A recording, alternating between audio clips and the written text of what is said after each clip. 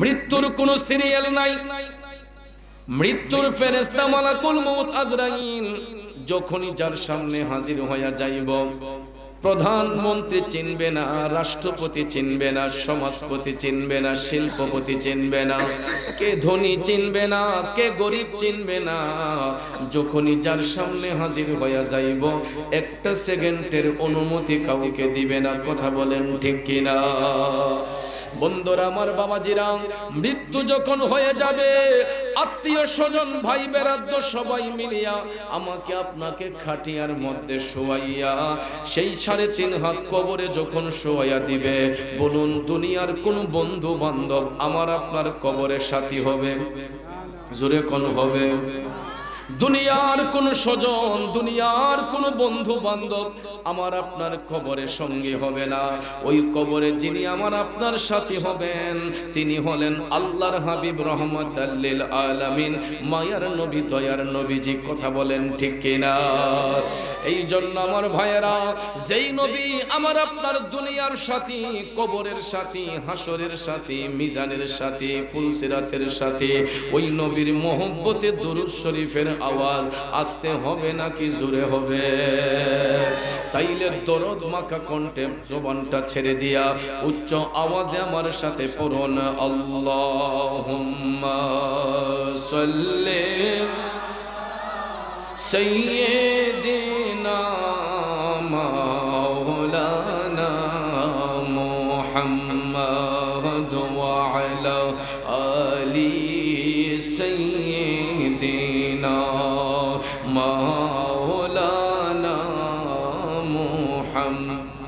আসুন জীবনের গুনাহ মাফ করার জন্য সবাই আপন আপন কলবের দিকে মুতাওয়াজ্জি হইয়া দরদ মাখা কণ্ঠে একটু মধুর আওয়াজ দিয়ে আল্লাহ রাব্বুল আলামিনের জিকিরে মশগুল হইয়া যাই। সবাই উচ্চ স্বরে আমার সাথে পড়ুন, আল্লা ইলাহা ইল্লাল্লাহ, লা ইলাহা ইল্লাল্লাহ, লা ইলাহা ইল্লাল্লাহ, লা ইলাহা ইল্লাল্লাহ, লা ইলাহা ইল্লাল্লাহ, লা ইলাহা ইল্লাল্লাহ, লা ইলাহা ইল্লাল্লাহ, লা ইলাহা ইল্লাল্লাহ, লা ইলাহা ইল্লাল্লাহ, লা ইলাহা ইল্লাল্লাহ, লা ইলাহা ইল্লাল্লাহ, লা ইলাহা ইল্লাল্লাহ, লা ইলাহা ইল্লাল্লাহ, লা ইলাহা ইল্লাল্লাহ, লা ইলাহা ইল্লাল্লাহ, লা ইলাহা ইল্লাল্লাহ, লা ইলাহা ইল্লাল্লাহ, হাসবি রব্বি জাল্লাল্লাহ, মা ফি কলবি গায়রুল্লাহ, নূর মুহাম্মদ সাল্লাল্লাহ, নূর মুহাম্মদ সাল্লাল্লাহ, লা ইলাহা ইল্লাল্লাহ, লা ইলাহা ইল্লাল্লাহ, লা ইলাহা, জোরে লা ইলাহা, ও লা ইলাহা ইল্লাল্লাহ, লা মা'জুদা ইল্লাল্লাহ, লা মাশহুদা ইল্লাল্লাহ, লা মাকসুদা ইল্লাল্লাহ, লা মা'বুদা ইল্লাল্লাহ, লা ইলাহা ইল্লাল্লাহ, লা ইলাহা, জোরে লা ইলাহা ইল্লাল্লাহ, লা ইলাহা ইল্লাল্লাহ, লা ইলাহা ইল্লাল্লাহ, লা ইলাহা, লা ইলাহা ইল্লাল্লাহ মুহাম্মাদুর রাসূলুল্লাহ সাল্লাল্লাহু আলাইহি ওয়াসাল্লাম। একটা জবানও বন্ধ রাখবেন না, জবান খুলে উচ্চ স্বরে বলুন আল্লাহু আকবার। আর একটু মায়ার সুরে বলি ইয়া রাসূলুল্লাহ। বিসমিল্লাহির রহমানির রহিম।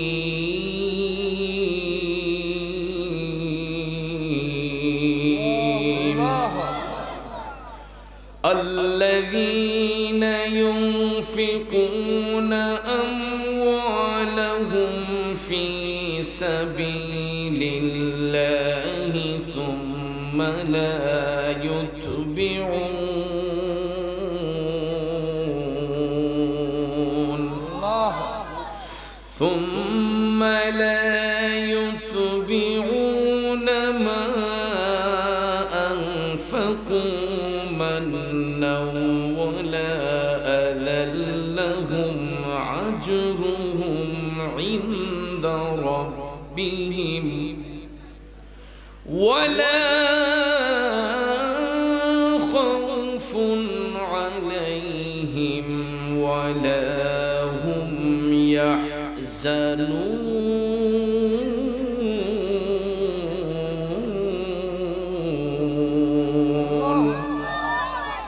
صدق الله العظيم وصدق رسوله النبي الحبيب الكريم ونحن على ذلك من الشاهدين والشاكرين والحمد لله رب العالمين ربي صل وسلم وبارك عليهم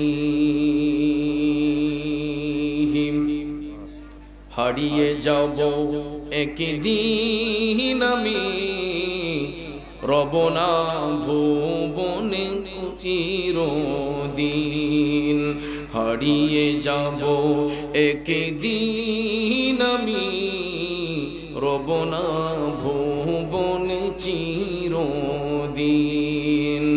ক্ষমা করে দিও তোমরা আমায় ভুল করে থাকি যদি কোনো দিন হারিয়ে যাব একদিন আমি রবনা ভুবনে চিরদিন আম্মা বা'দ উপস্থিত ঐতিহ্যবাহী কুমিল্লা জেলার অন্তর্গত মুরাদনগর উপজেলাধীন বলিঘোল পূর্বপাড়া ফুরকানিয়া মাদ্রাসা প্রাঙ্গণে মাদ্রাসা কমিটি ও প্রবাসী ভাইদের অক্লান্ত পরিশ্রমের বিনিময়ে প্রতি বছরে আয়োজিত আজকের এই 64তম বার্ষিক ওয়াজ ও দুয়ার মাহফিল 2024 ইংরেজি সনের সম্মানিত সভাপতি অত্র এলাকার কৃতি সন্তান মোহাম্মদ আবুল হাশেম সাহেব আজকের প্রধান অতিথি অত্র এলাকার কৃতি সন্তান বিশিষ্ট সমাজসেবক বহু শিক্ষা প্রতিষ্ঠানের প্রতিষ্ঠাতা গরিব দুঃখী মেহনতি মানুষের একনিষ্ঠ বন্ধু আমাদের সকলের প্রিয় মুখ আমাদের সকলের প্রিয় মানুষ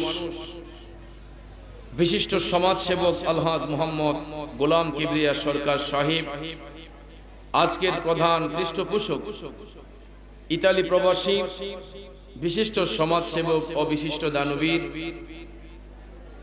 জনাব মোহাম্মদ নিমাল সরকার সাহেব আজকের প্রধান মেহমান বিশিষ্ট ব্যবসায়ী ও সমাজসেবক চৌরিয়া গ্রামের কৃতি সন্তান মোহাম্মদ নাদিম ভুইয়া সাহেব আলহাজ নাদিম ভুইয়া সাহেব বিশেষ অতিথি 2 নং আকবপুর ইউনিয়ন পরিষদের মাননীয় চেয়ারম্যান মোহাম্মদ শিমুল বিল্লাল শিমুল সাহেব এবং উপস্থিত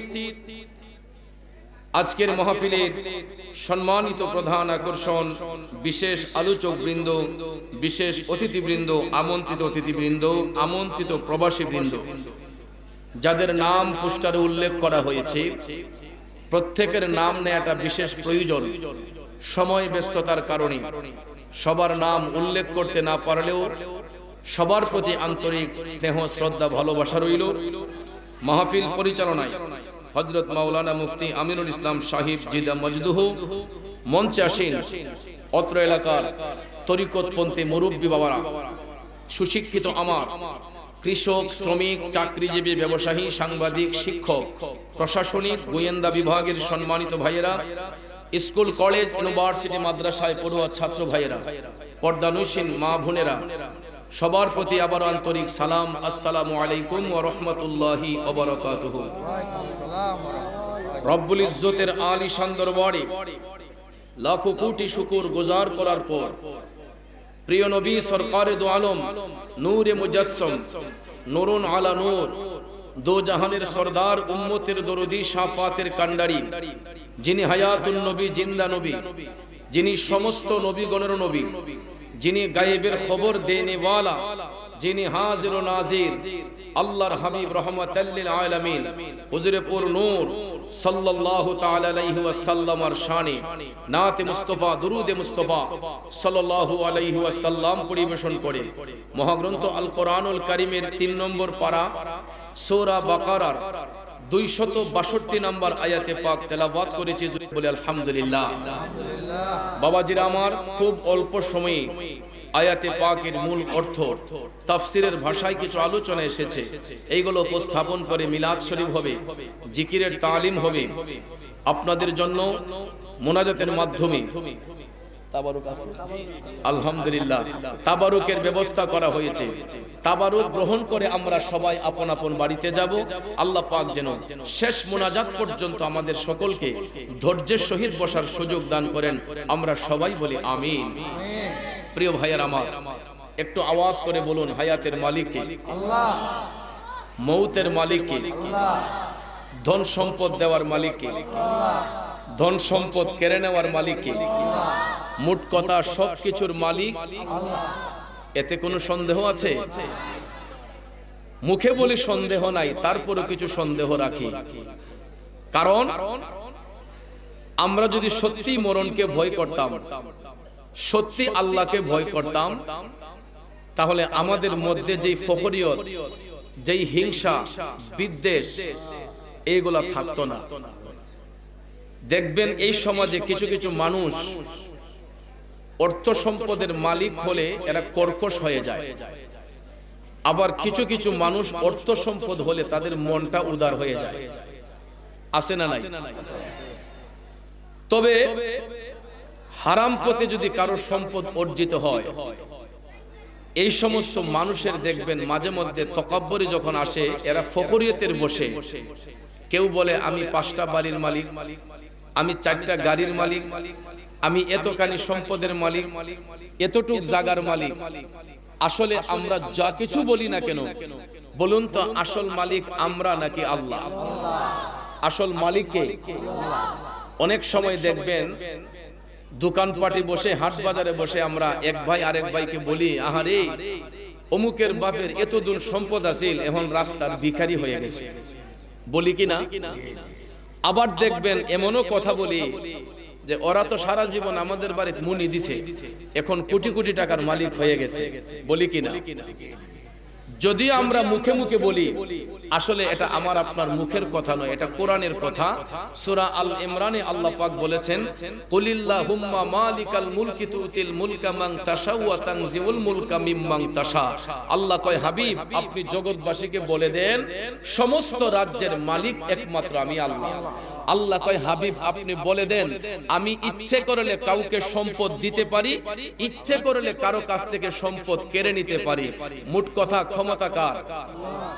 যুবক ভাইয়ের আমার, সম্পদ দেওয়ার মালিক আমার আল্লাহ, সম্পদ কেড়ে নেওয়ার মালিক আমার আল্লাহ। এই জন্য আল্লাহ রাব্বুল আলামিন সূরা বাকারার 262 নম্বর আয়াতে পাকে বলতেছেন, বিসমিল্লাহির রহমানির রহিম, আল্লাযীনা ইউনফিকুনা আমওয়ালাহুম ফি সাবিলিল্লাহি সুম্মা লা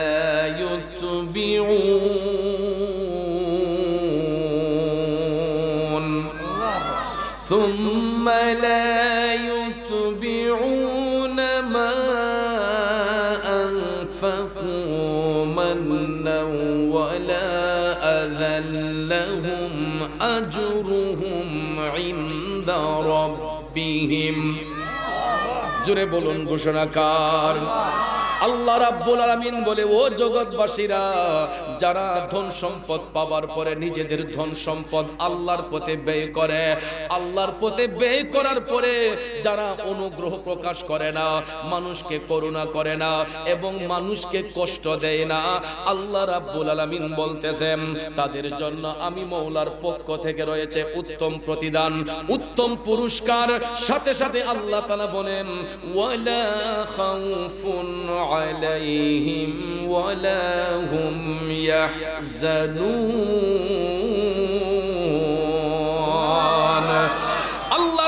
আমিন বলতেছে এরা কখনো টেনশন যুক্ত হবে না, এরা কখনো হেজিটেশন ভোগ করবে না, এরা পেরেশানির মধ্যে পড়বে না। কারণ যারা সম্পদ পাওয়ার পরে আল্লাহর পথে অকাতরে ব্যয় করে তাদের দ্বারা কোনো মানুষকে কষ্ট দেওয়া হয় না, কোনো মানুষের প্রতি জুলুম করা হয় না। আল্লাহ বলেন তাদের জন্য আমি উত্তম পুরস্কার নির্ধারণ করে রেখেছি এবং এরা কখনো টেনশন যুক্ত হবে না, কারণ তাদের হেফাজত করেন আমার আল্লাহ। তাইলে বাজান আমার বন্ধুরা আমার, দেখবেন তো এই রকম মহৎ মনের অধিকারী লোক কয়জন পাবেন? বেশিরভাগ লোক সম্পদ অর্জন করার পরে তাদের মধ্যে ফখর আসে, অহংকার আসে, জি আসে। আবার কিছু কিছু মানুষ সম্পদশালী হইলে দেখবেন তারা সম্পদ আল্লাহর পথে ব্যয় কইরা কোন রকমের রিয়া দেখায় না, ফখরিয়ত দেখায় না। এমন ভদ্রলোক সমাজে আছে না নাই? বন্ধুরা আমার, বাবাজিরা, কারণ সম্পদ নিয়ে যদি আড়াই বড়াই করা যেত, সম্পদ নিয়ে যদি ফখরিয়ত করা যাইতো, পৃথিবীর মধ্যে সবচেয়ে বেশি ফখর করতে পারতেন আমার নবীর প্রিয় সাহাবী হযরতে উসমান যুন্নুরান রাদিয়াল্লাহু তাআলা আনহু। চিৎকার মেরে কোন আল্লাহু আকবার। কারণ ভাইয়ার আমার, ইসলাম গ্রহণ করার পরেও হযরতে উসমান রাদিয়াল্লাহু তাআলা আনহুর এত পরিমাণ সম্পদ ছিল, এত পরিমাণ ধন সম্পদ ছিল, তিনি ইচ্ছে করলে অর্ধেকটা মদিনা শরীফ কিনতে পারতেন। কথা কোন ঠিক কিনা? অর্ধেকটা মদিনা শরীফ কেনার ক্ষমতা রাখতেন। কিন্তু এত সম্পদের মালিক হওয়ার পরেও, এত সম্পদশালী হওয়ার পরেও হযরতে উসমান রাদিয়াল্লাহু তাআলা আনহুর মধ্যে বিন্দু মাত্র অহংকার ছিল না, বিন্দু মাত্র ফখরিয়ত ছিল না। তিনি সব সময় নিজেকে এমন ভাবে গুছিয়ে রাখতেন, এমন ভাবে নমনীয়তা করে রাখতেন, আল্লাহর হাবিব সাল্লাল্লাহু আলাইহি ওয়াসাল্লামের কদম মোবারকে যাইয়া তিনি আসামির সুরতে থাকতেন। সব সময় নিজেকে একটু সুন্দর করে সাজিয়ে গুজিয়ে রাখতেন, কখনো তিনি উচ্চ বাক্যে কথা বলতেন না। কিন্তু দেখবেন আমাদের সমাজে কিছু কিছু মানুষ সম্পদশালী হলে পরে বড় চেয়ারটা না দিলে, অনেক উঁচু জায়গার মধ্যে না বসালে অনেক সময় এরা মাইন্ড করে, অনেক সময় মাইন্ডেড হয়ে যায়। কথা কোন ঠিক কিনা? কিন্তু ভাইয়েরা আমার, হযরতে উসমান রাদিয়াল্লাহু তাআলা আনহু এমন উদার মনের ব্যক্তি ছিলেন, এত সম্পদ থাকার পরেও বিন্দু মাত্র অহংকার রিয়া তার মধ্যে ছিল না। বন্ধুরা আমার, বাবাজিরা, যখন তিনি ইসলাম গ্রহণ করেছিলেন তখন ইসলামের প্রথম যুগে মুসলমানদের সংখ্যা ছিল একেবারে কম, একেবারে কম। কাফেরের সংখ্যা ছিল বেশি। জাহিলি যুগে তখন মানুষ বর্বরতার মধ্যে ছিল। আল্লাহর হাবিব শুভাগমনের পরে এই জাহিলি প্রথা দূর হয়েছে। তখন রাসূল কালেমার দাওয়াত দিয়ে বেদিনকে দিনের মধ্যে আনতেছেন। ইসলামের প্রথম যুগে যখন মুসলমানের সংখ্যা একেবারে কম, তখন কাফেররা ষড়যন্ত্র করেছে আল্লাহর হাবিব সাল্লাল্লাহু আলাইহি ওয়াসাল্লামকে কতল করে ফেলবে। নাউজুবিল্লাহ কোন। সমস্ত বিধর্মীরা একত্রিত হইয়া এরা কঠিন ষড়যন্ত্র করতেছে, মায়ার নবী দয়ার নবীকে নির্মূল করে ফেলবেন, দয়াল নবীকে হত্যা করবে। কিন্তু আপনারা বলুন, এটা কি কখনো সম্ভব হবে? একটা কথা মনে রাখবেন, মুসলমানদের সংখ্যা যদি কম হয়, কাফেরের সংখ্যা যদি বেশি হয়, আমার আল্লাহ মুসলমানদেরকেই বিজয় দান করে। ঠিক না বিঠে? এ যাবৎ পর্যন্ত ইসলাম কায়েম হওয়ার পরে যতটা যুদ্ধ সংগঠিত হয়েছে, প্রত্যেকটা যুদ্ধের ময়দানে মুসলমানদের সংখ্যা ছিল কম, মুমিনদের সংখ্যা ছিল কম, বেঈমানের সংখ্যা ছিল বেশি। ঠিক না বেটে? বেশি হইলেও জয় হয়েছে সত্যের, জয় হয়েছে ইমানদারের। বন্ধুরা আমার, বাবাজিরা, যখন কাফেররা ষড়যন্ত্র করতেছে দয়াল নবীকে হত্যা করবে, আল্লাহর হাবিব সাল্লাল্লাহু আলাইহি ওয়াসাল্লাম বিষয়টা আজ করতে পেরেছেন, বুঝতে পেরেছেন। তখন মায়ার নবী সাহাবায়ে কেরামকে নিয়ে একটা বৈঠক করলেন, পরামর্শ করলেন। কারণ কাফেরদের মোকাবেলা করতে হলে অস্ত্র শস্ত্রের প্রয়োজন আছে, যুদ্ধের সামগ্রী অর্জন করার জন্য অর্থের প্রয়োজন আছে। কিন্তু তখন ছিল গ্রীষ্মকাল, গ্রীষ্মকালে আরবীয়দের কাছে টাকা পয়সা কম থাকে, এরা অর্থনৈতিক ক্রাইসিসে থাকে। এটা প্রত্যেক দেশে দেখবেন একটা সময় আসে আমাদের অর্থনৈতিক ক্রাইসিস থাকে। কথা কোন ঠিক কিনা? যেমন আমাদের গ্রাম অঞ্চলে দেখবেন একটা সময় আমরা পার করি, যখন জমিনে ফসল থাকে, কৃষকদের হাত তখন শূন্য থাকে, তখন একজন আরেকজনের কাছ থেকে হাওলাত করে চলাফেরা করে। ঠিক না বেঠে? যে ধান কেটে ধান বিক্রি করে আমরা এটা পরিশোধ করব। তো আরবীয়রা গ্রীষ্মকালে তাদের একটা অর্থনৈতিক ক্রাইসিস থাকতো। তখন টাকা পয়সা কম থাকতো। ঠিক ওই মুহূর্তে আল্লাহর হাবিব সমস্ত সাহাবায়ে কেরামকে ডাকলেন পরামর্শ করার জন্য যে মুতার যুদ্ধ তখন সংগঠিত হয়েছিল। ইসলামের পক্ষে যে যুদ্ধটা, এটার নাম ছিল মুতার যুদ্ধ। এই যুদ্ধে আল্লাহর হাবিব হযরতে উসমান রাদিয়াল্লাহু তাআলা আনহুকে একটা উপাধি দিয়েছিলেন। এই উপাধিটা হলো গানি। গানি এটা আরবি এবং ফার্সি ভাষার সংমিশ্রণে গঠিত, যার অর্থ হলো ধনবান ব্যক্তি। সুবহানাল্লাহ কোন। এটা নবী কখন বলেছিলেন? সমস্ত সাহাবায়ে কেরামকে একত্রিত করে মদিনার কামলিওয়ালা নবী, মায়ার নবী ডাক দিয়া বললেন, সাহাবারা রে, ও আমার সাহাবারা, যদি আমরা সংখ্যায় কম, অর্থনৈতিক ক্রাইসিস, কিন্তু আজকের এই দিনে যুদ্ধের মোকাবেলা করার জন্য, মুতার যুদ্ধে অংশগ্রহণ করার জন্য তোমরা আল্লাহর পথে খরচ করো, দানের হাতকে প্রসারিত করো। রাসূল বললেন, আজকের এই দিনে যে যত বেশি আল্লাহর পথে খরচ করবা, হাসরের ময়দানে আল্লাহ রাব্বুল আলামিন তোমাদেরকে দ্বিগুণ পরিমাণ পুরস্কার প্রদান করবে। নবীর কথা সত্য না মিথ্যা? আল্লাহর হাবিব সাহাবায়ে কেরামকে বললেন, আজকের এই দিনে তোমরা যে যত বেশি আল্লাহর পথে খরচ করবা, আল্লাহ রাব্বুল আলামিন হাসরের ময়দানে দ্বিগুণ পরিমাণ সম্পদ তোমাদেরকে পুরস্কার প্রদান করবেন। তখন অর্থনৈতিক ক্রাইসিস, সাহাবায়ে কেরামের হাত পাচ্ছিল খালি, কিন্তু যখন দয়াল নবী এই ঘোষণা করলেন, সাহাবায়ে কেরাম যার যার সামর্থ্য অনুসারে তারা আল্লাহর পথে দান করতে শুরু করলেন, যার যার অবস্থান থেকে দান করতে শুরু করলেন। এমন সময় দেখা যায় গো, এই ঘোষণা পাইয়া হযরতে উসমান রাদিয়াল্লাহু তাআলা আনহু তখনকার সময়ে 1000 উট, 100 ঘোড়া, শুধু তাই নয়, নগদ 1000 স্বর্ণ মুদ্রা নবীজির কদম মোবারকে হাজির করে দিলেন। মদিনার একটা মাঠ ভরে গেল, মদিনার একটা মাঠ ভরে গেল। 1000 উট যদি একটা মাঠে রাখা হয়, চিন্তা করে দেখেন কতটুক জায়গার প্রয়োজন। তখনকার সময়ে হযরত উসমান নবীজির ঘোষণা পাইয়া, গ্রীষ্মকালে অর্থনৈতিক ক্রাইসিস থাকার পরেও 1000 উট, 100 ঘোড়া একটা মাঠের মধ্যে হাজির করলেন। আল্লাহর হাবিব সাল্লাল্লাহু আলাইহি ওয়াসাল্লাম এটা দেখে নবীজি অবাক হয়ে গেলেন, এতগুলা উট কে দান করলো? আমার উম্মতের তো এত সামর্থ্য নাই, এদের তো অর্থনৈতিক ক্রাইসিস, এতগুলা উট দিল কে? তখন হযরতে উসমান রাদিয়াল্লাহু তাআলা আনহু নবীজির কদম মোবারকে হাজির হইয়া বলতেছেন, ইয়া রাসূলুল্লাহ, নবী গো, আমি 1000 উট, 100 ঘোড়া দিলাম, এই নেন ইয়া রাসূলুল্লাহ, এখানে 1000 স্বর্ণ মুদ্রা রয়েছে যুদ্ধের ময়দানে খরচ করার জন্য। নবী গো, আমি আপাতত এইগুলা দান করলাম, আমার দান অব্যাহত থাকবে। তখনকার সময় 1000 উট, 100 ঘোড়া, 1000 স্বর্ণ মুদ্রা দিয়াও হযরত উসমান বলেন, ইয়া রাসূলুল্লাহ, আমার দান অব্যাহত থাকবে, আমি আপাতত এগুলা দান করলাম। মায়ার নবী, দয়ার নবী হযরত উসমান রাদিয়াল্লাহু তাআলা আনহুর এই বদান্যতা দেখে নবীজি মুস্কি মুস্কি হাইসা বলতেছেন, উসমান রে, তুমি তো জ্ঞানী হয়ে গেছো। আমার রাসূল উপাধি দিলেন, উসমান তুমি তো জ্ঞানী হয়ে গেছো, ধনী হয়ে গেছো। রাসূল যাকে ধনী বললেন, ওই ব্যক্তি কি কখনো গরীব হতে পারে? রাসূল যাকে ধনী বললেন, ওই ব্যক্তি তো কখনো গরীব হইতে পারে না। কিন্তু ভাইয়েরা আমার, দয়াল নবী যখন বললেন হযরত উসমানকে যে উসমান তুমি জ্ঞানী হয়ে গেছো, ধনী হয়ে গেছো, হযরত উসমানের অহংকার রিয়া বাড়ার কথা না কমার কথা? কিন্তু ভাইয়েরা আমার, যখন রাসূল এই ঘোষণা দিলেন যে আচ্ছা, এই তিনটা ছেলেকে এখান থেকে সরান, আমি শুরু থেকে এরা ডিস্টার্ব করতেছে। একটু দুরূদ শরীফ পড়েন, আল্লাহুম্মা সাল্লি সাইয়্যিদিনা মুহাম্মাদ নাবি শাফি মাওলানা আদনা বিয়ানা মাও।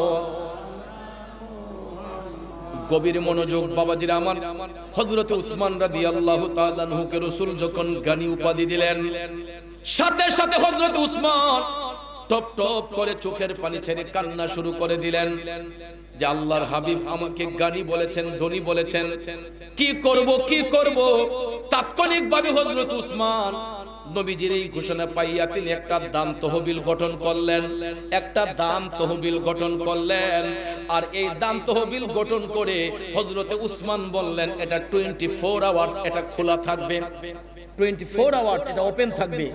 বললেন যে এখান থেকে 24 ঘন্টার যে কোনো সময় যদি কেউ আল্লাহর পথে সাহায্য চায়, আল্লাহর রাস্তায় সাহায্য চায়, এখান থেকে তোমরা দান করতে কখনো পিছপা হবে না। তিনি একটা দান তহবিল গঠন করে দিলেন যেটা 24 আওয়ার্স এটা ওপেন থাকবে, এটা খোলা থাকবে, এটা কখনো বন্ধ থাকবে না। সঙ্গে সঙ্গে হযরত উসমান এই দান তহবিল গঠন করে বললেন 24 আওয়ার্স এটা ওপেন থাকবে। ভাইয়ের আমার, তখন মায়ার নবী দয়ার নবী মুস্কি মুস্কি হাইসা বললেন 2 শ্রেণীর লোক হাসরের ময়দানে সবার উপরের স্থানে থাকবে। কয় শ্রেণীর? 2 শ্রেণীর লোক হাসরের ময়দানে সবার উপরে থাকবে এবং এদের চেহারার মধ্যে নূরে ঝলঝল করবে, এদের ফেস কাটিংটা নূরে ঝলঝল করবে। বাবাজিরা আমার, বন্ধুরা আমার, সাহাবায়ে কেরাম জানতে চাইলেন ইয়া রাসূলুল্লাহ এই 2 শ্রেণীর লোক কারা? তখন রাসূল বললেন প্রথম শ্রেণীর লোক হবে এরা যারা ইলম অন্বেষণ করবে, কোরআনের জ্ঞান যারা চর্চা করবে আর 24 ঘন্টা এটা বিতরণ করবে, শিক্ষা দিতে গিয়ে কৃপণতা করবে না। ওই সমস্ত আলেমদেরকে হাসরের ময়দানে আল্লাহ সবার উপরের স্থানে রাখবে।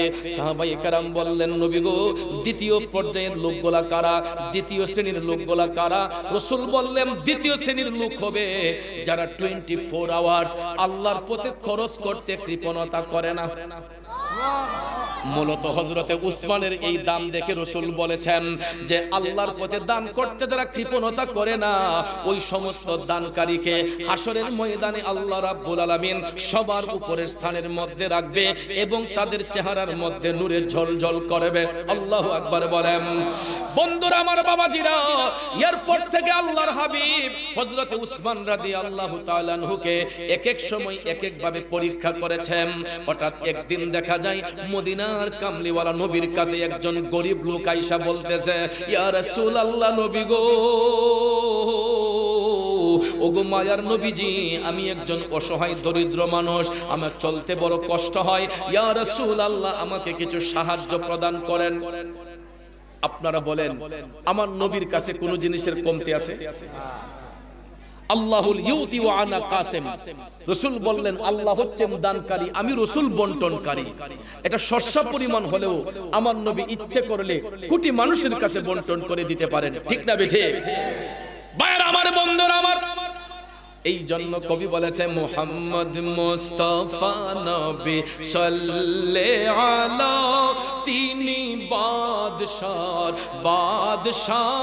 কামলিওয়ালা, তিনি বাদশাহ মদিনাওয়ালা। মুহাম্মদ মুস্তাফা নবী সাল্লাল্লাহু আলা, তিনি বাদশাহ মদিনাওয়ালা, ঠিক কিনা? মায়ার নবী, দয়ার নবী ইচ্ছে করলে গরিব লোকটাকে মুহূর্তের মধ্যে বাদশা বানায়া দিতে পারতেন কি পারতেন না? যখন রাসূলের কদমে আয়েশা ওই গরিব লোকটা আরজি দিল, ইয়া রাসূলুল্লাহ আমাকে কিছু সাহায্য প্রদান করেন, আমি চলতে পারি না, কষ্ট হয়। আমার মদিনার কামলিওয়ালা নবী তাৎক্ষণিকভাবে চিন্তা করলেন আমি তো এই মুহূর্তে তাকে দিতে পারতাম, কিন্তু এই মুহূর্তে আমি তাকে কিছু না দিয়ে আমার উসমানের কাছে পাঠাবো। রাসূল ভাবলেন যে দেখি গরিবদের প্রতি আমার উসমানের উদারতাটা কেমন। আমাদের দেশে কিছু কিছু মানুষ গরিবদেরকে পছন্দ করে না, আছে না? অনেক সময় গরিবরা হাত মিলাতে চাইলে দেখবেন টিস্যু দিয়ে হাতটা মুইসা ফেলে, আসেন এরকম? এ নবীর প্রেমিকারা, আল্লাহর হাবিব দুজাহানের বাদশা নবী উম্মতের ঈমান পরীক্ষা করার জন্য ওই সাহাবীকে বললেন, উম্মত আমি এই মুহূর্তে তোমাকে কিছু দিতে পারছি না, তুমি একটা কাজ করো, আমার উসমানের বাড়িতে যাও, আমার উসমানের কাছে গেলে তুমি সেখান থেকে সাহায্য পাইবা। চিন্তা করে দেখেন আমার মদিনার কামলিওয়ালা নবী কিভাবে উম্মতের ঈমান পরীক্ষা করে। বাজান রে, ওই ভদ্রলোকরে নবীজি বললেন তুমি আমার উসমানের বাড়িতে যাও। লোকটা হাইটা হাইটা হযরতে উসমান রাদিয়াল্লাহু তাআলা আনহুর বাড়ির কাছে যাইয়া দেখতেছে মদিনার ধনাঢ্য ব্যক্তি, মদিনার শিল্পপতি হযরতে উসমান যুন্নুরান রাদিয়াল্লাহু তাআলা আনহু বালি মাখা খেজুর গোলাপ, ময়লা যুক্ত খেজুর গোলাপ পানি দিয়া ধুয়ে ধুয়ে বালতির মধ্যে সেভ করতেছেন। একটা ময়লা যুক্ত খেজুর বালতির মধ্যে ধুইয়া পানি দিয়ে ধুইয়া একটা বালতিতে তিনি রিজার্ভ করতেছেন। এই নবীর উম্মত, এই ভদ্রলোক গরিব মানুষটা যাইয়া যখন এই দৃশ্য দেখছে সাইরা লাইছে, উনি বলে মদিনার শিল্পপতি। এমন কিপটা মানুষ আর আসেনি। এই কিপটা বেড়ার রাসূল এই মদিনার শিল্পপতি বলছে যেই বেড়া বালি মাখা খেজুর গোলা পানি দিয়া ধুইয়া বালতির মধ্যে জমাইতেছে, কয় আমিও যদি এমন হইতাম জীবনও তো এই খেজুর আমি ধুইয়া টুকাইলাম না। তখন এই লোকে কয় উনি নিজেই খাইব কি আমারে দিব কি? কয় না না, এই লোকের কাছে সামান যেত না। তখন ভদ্রলোক আবার হাইটা হাইটা নবীজির কদম মোবারকে গেছে, গিয়া বলতেছে ইয়া রাসূলুল্লাহ কেমন কিপটা লোকের কাছে পাঠাইলেন, আমি গিয়া দেখি আপনার উসমান এতই কিপন বালি মাখা খেজুর গোলা পানি দিয়ে ধুইয়া বালতির মাঝে জমাইতেছে। দয়াল নবী মুস্কি মুস্কি হাসতেছেন, সুবহানাল্লাহ। আমার নবী মুস্কি মুস্কি হাসতেছেন। দয়াল নবী ডাক দিয়া কয় উম্মত তুমি এখন আবার আমার উসমানের বাড়িতে যাও, এখন আবার আমার উসমানের বাড়িতে যাও। দ্বিতীয় দিন আবার লোকটা না পারতে কই নবীজি কইছে না গিয়ে তো না, কিন্তু এবারে তো কৃপণ। আচ্ছা রাসূল যেহেতু বলছেন একটু যাইয়া দেখি, রাসূল যেহেতু বলছেন যাইয়া দেখি। তখন দ্বিতীয় দিন আবার রওনা হইছে। যাইতে যাইতে যাইতে বাড়ির কাছে যখন গেছে, যাইয়া দেখতেছে হযরত উসমান ঘরের কর্মচারীদেরকে বকাঝকা করতেছেন, ধমকাইতেছেন। কেন ধমকাইতেছেন? এই কর্মচারীরা কুপির সলিতা বাড়াইয়া দিছে। কুপি চিনেন? এখন আমাদের বয়সে যারা এরাও চিনবে, মুরব্বীরা চিনবে, এখনের পোলাপান কুপি চিনবে না, কারণ এখন তো আধুনিক যুগ, ঠিক না ঠিক? কেরোসিন তেলের ব্যবহার হয় না, কুপির ব্যবহার এখন হয় না, এখন টর্চ লাইট, চার্জ লাইট, অভাব নাই, কথা কোন ঠিক না? আমরা যখন ছোট ছিলাম তখনও কুপির ব্যবহার ছিল। আমরা অনেক সময় বিদ্যুৎ চলে গেছে, ঘন্টার পর ঘন্টা বিদ্যুৎ নাই, তখন কেরোসিন তেল দিয়ে কুপির মধ্যে সলিতা বাড়াইয়া আমরা চতুর্দিকে বৈশা পড়াশোনা করতাম, ঠিক না? এখন কুপির ব্যবহার হয় না। বাবাজিরা আমার, গভীর মনোযোগ মনোযোগ। কুপির সলিতা বাড়াইয়া দিলে তেল তো একটু বেশি খরচ হবে, ঠিক না? সলিতা বাড়াইয়া দিলে তেলটা তাড়াতাড়ি জ্বলে যাবে। এই জন্য অপচয় করার কারণে হযরত উসমান ঘরের কর্মচারীদেরকে ধমকাইতেছেন যে তোমরা কুপির সলিতাটা বাড়াইলা কেন, এটা কমাইয়া দাও, কইয়া তিনি ধমকাইতেছেন। এই লোকে এই দৃশ্য দেখে কষাইরা লাইছে, এত কিপটা মানুষ, কই এবারে এত বড় শিল্পপতি সামান্য কুপির সলিতা বাড়াইয়া দেওয়ার কারণে কর্মচারীদেরকে ধমকাইতেছে। কই আমি যদি এই পর্যায়ে থাকতাম আমার কর্মচারীরা আরো তেল জ্বালাইলে আমি কিচ্ছু কইলাম না। কিন্তু ভাইয়ার আমার, এটার দ্বারা শিক্ষা হলো ইসলাম অপচয়কারীকে পছন্দ করে না। আসে বিদায় আমি বেহুদা খরচ করব, এটা ইসলাম সাপোর্ট করে না। সম্পদ আল্লাহর দেওয়া আমানত, এটাকে হেফাজতে রাখতে হবে, তাই বলে কৃপণতা নয়। সম্পদ আল্লাহর দেওয়া আমানত, এটাকে আল্লাহর পথে ব্যয় করতে হবে ধীর সুস্থিরে, কথা কোন ঠিক কিনা? গভীর মনোযোগ। ওই ভদ্রলোক ওই দিনও চায় নাই, কই এমন কিপটা লোকের কাছে আমি চাইবো না, তার মাথায় এখন গরম, আমি তার কাছে চাইবো না।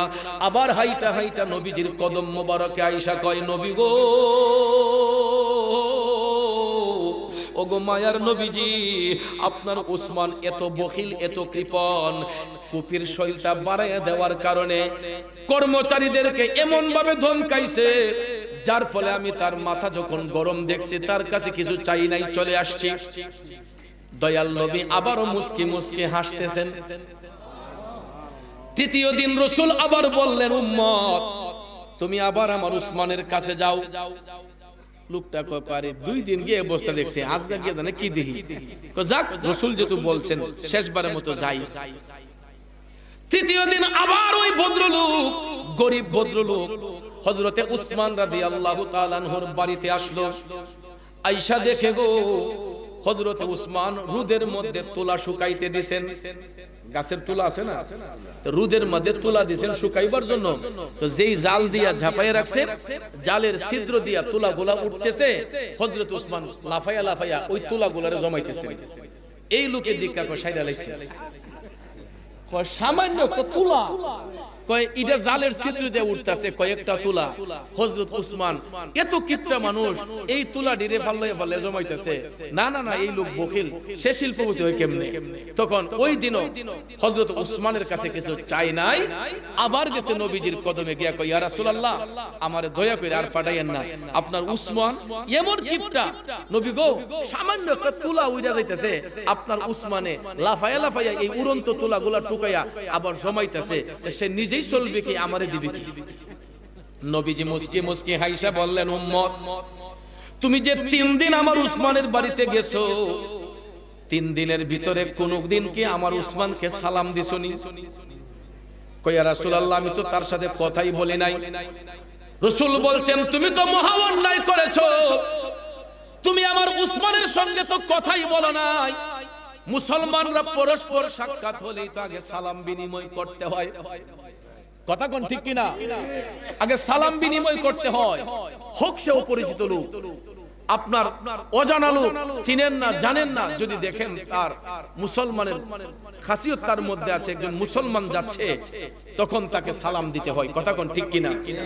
রাস্তা দিয়ে চলার পথে কোন মানুষের সাথে সাক্ষাৎ হলে ছোট হোক বড় হোক সালাম বিনিময় করতে হয়, কথা বলেন ঠিক না বেঠিক?